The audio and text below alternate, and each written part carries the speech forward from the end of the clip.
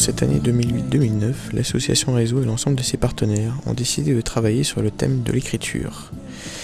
Dans cette optique est né le projet Enjeu de mots.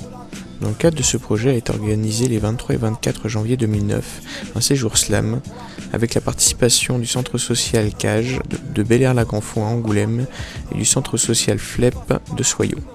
Ainsi, 2 groupes de jeunes sont partis en atelier slam à Poitiers pendant 2 jours avec comme intervenant le slameur David Nefcherlian.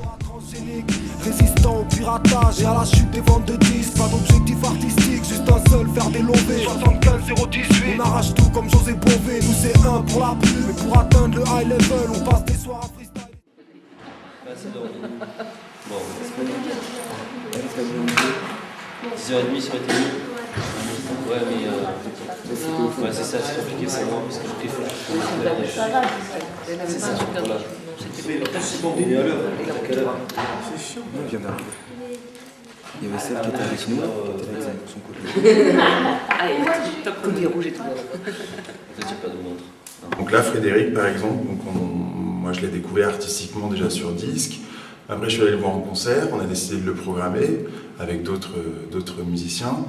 Et comme je sais qu'il, par ailleurs, qu'il est très bon en atelier, voilà, j'avais entendu dire qu'il était plutôt efficace là-dedans, j'avais envie de proposer un atelier donc, d'écriture slam, donc d'écriture de poésie, puis après de passage à l'acte, donc en slamant au micro, sur 1 jour et demi. Donc voilà, on a vu comment on pouvait monter ça. Et après, sur la recherche de public, donc une fois qu'on a monté ce stage-là, on a fixé les dates. Sur la recherche de public, l'idée c'était de travailler sur un public mixte et qui mélange à la fois des gens plutôt de notre public, donc des gens déjà habitués à la sortie au spectacle ou au concert, pas forcément en slam, parce que là, notamment dans les gens du public, il n'y a pas forcément que des slammeurs, voire même pas du tout. Et puis, effectivement, de travailler avec un public plus jeune, donc qui sont pas forcément de Poitiers, qui connaissent pas du tout le TAP comme lieu de culture, dans l'idée, encore une fois, voilà, de provoquer la rencontre avec un genre musical, le slam, et aussi entre des publics différents. Écoute, ma brutalité, ma malhonnêteté, mon envie d'être fort me dépasse, car la vie est courte et ne m'a pas donné de cadeau. Dans cet univers triste et douloureux, tout le monde se bat pour être heureux et rester en vie. Tout le monde veut accomplir ses rêves et voudrait bien admirer les paysages et les lumineux rayons de soleil d'été. Tout le monde rêve d'avoir une fille à ses côtés.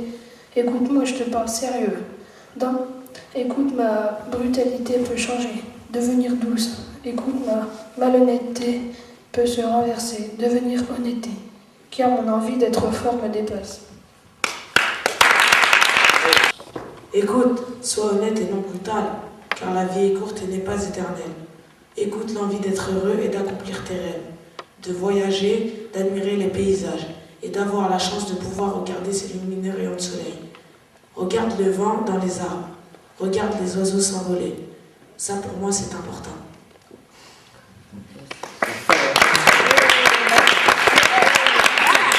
Pas de notre démocratie qui ne perturberait pas les gens qui ont la possibilité de s'intégrer. Pourquoi il n'existerait pas de politiciens qui ont des idées, des volontés, qui en rapportent des vrais résultats aux perfections? Pourquoi toutes les portes ne se mettraient pas à s'ouvrir? Pourquoi il n'existerait pas de monde amoureux et merveilleux? Pourquoi? Écoute donc un peu les envies naître, de bruit diffus l'instant honnête, de tapaches-tu d'idées mal faites et rabattues, se forment les têtes. Ce désir du sens, un sens sans sens, un sens sans sou, un sens qui avoue tout. Un peu le coup des départs, pour fuir le phare, parfois suivre le faux, écoute ce qu'il nous faut. Les possibles des hommes, ces corps qui s'émeuvent et s'emballent, qui ne peuvent plus vivre pour que dalle. Écoute la part des éternels. Et pour s'exprimer, pour avoir la possibilité d'être écouté. La télé est utilisée par tous ces politiciens qui veulent prendre la possession de notre conscience. Mais nous n'allons pas les laisser agir, car il faut tout de suite en finir. Parce qu'on peut se relaxer, On peut écouter le chant des oiseaux, le bruit du vent. Et quand je suis toute seule dans ma chambre, j'ai l'impression que le temps s'arrête d'un coup. Dès que je me retourne les pouces, le temps redémarre. Vendredi soir, les adultes étaient là quand les jeunes sont arrivés d'Angoulême, quoi. Donc il y avait vraiment donc, une sorte de séparation très forte entre eux. Et les jeunes étaient se cachaient, tu vois, ils étaient très introvertis, mais c'était normal, on se connaît pas. Moi j'ai été un peu projeté pour eux, et je ne sais pas si ça leur a été imposé ou pas, s'ils étaient volontaires ou quoi. Non, ils étaient volontaires, mais après ils ne savaient pas exactement, comme nous tous, on ne savait pas exactement ce qui nous attendait, c'est la première fois qu'on venait au taf. Bon, enfin en tout cas, si tu veux, il y avait une réserve et que je trouve tout à fait saine. Moi ça m'a pas refroidi que les jeunes étaient enfermés, tout ça. Mais bon, à côté d'eux, il y avait des adultes consentants, tu vois. Et donc, comme tout le monde a participé, au bout d'un moment, tout le monde s'est mis en route.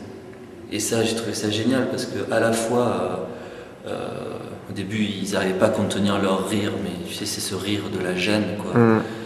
Et puis petit à petit, les rires ont disparu au profit de l'écoute de l'autre. Et quand les grands ont fait quelque chose, eux, ils ont fait quelque chose. Je crois que les deux ont été surpris de voir ce qu'il y avait à l'intérieur. Aussi bien les jeunes ont été surpris de voir les grands s'autoriser des choses, et aussi bien les grands ont été surpris de voir que les jeunes pouvaient écrire des textes, pouvaient dire autre chose que 3 mots baragouinés au fin fond. Et que, voilà, et je crois que cette imprégnation qu'il y a eu là, c'est très beau. Enfin voilà, après c'est... On frôler la démagogie là. Ils se sont enrichis l'un par rapport aux autres. Exactement, vraiment enrichis mutuellement. J'ai jamais entendu le silence, car je suis une star. Sauf en heure de colle, on est filmé pour être avec l'enseignant, puis on galère, car on prévient les gens du danger, et on peut pas rigoler, dire de bonnes choses quoi. Y a rien à faire, à part copier les dictées et le carnet de correspondance. C'est chiant à force. Je me retrouve seule dans une chambre au mur blanc, au mur sans sens, sans vie. Allongée sur le lit, le silence m'envahit. Un silence assourdissant, maintenant insoutenable. Même les oiseaux dehors ne chantent pas, le vent ne souffle pas. Une remise en question totale. Seule avec moi-même, je me dis que ma vie est vide. Écoute les vivants, les échappés, les perchés, les volés. Écoute ceux qui crient, ils ne demandent qu'à parler.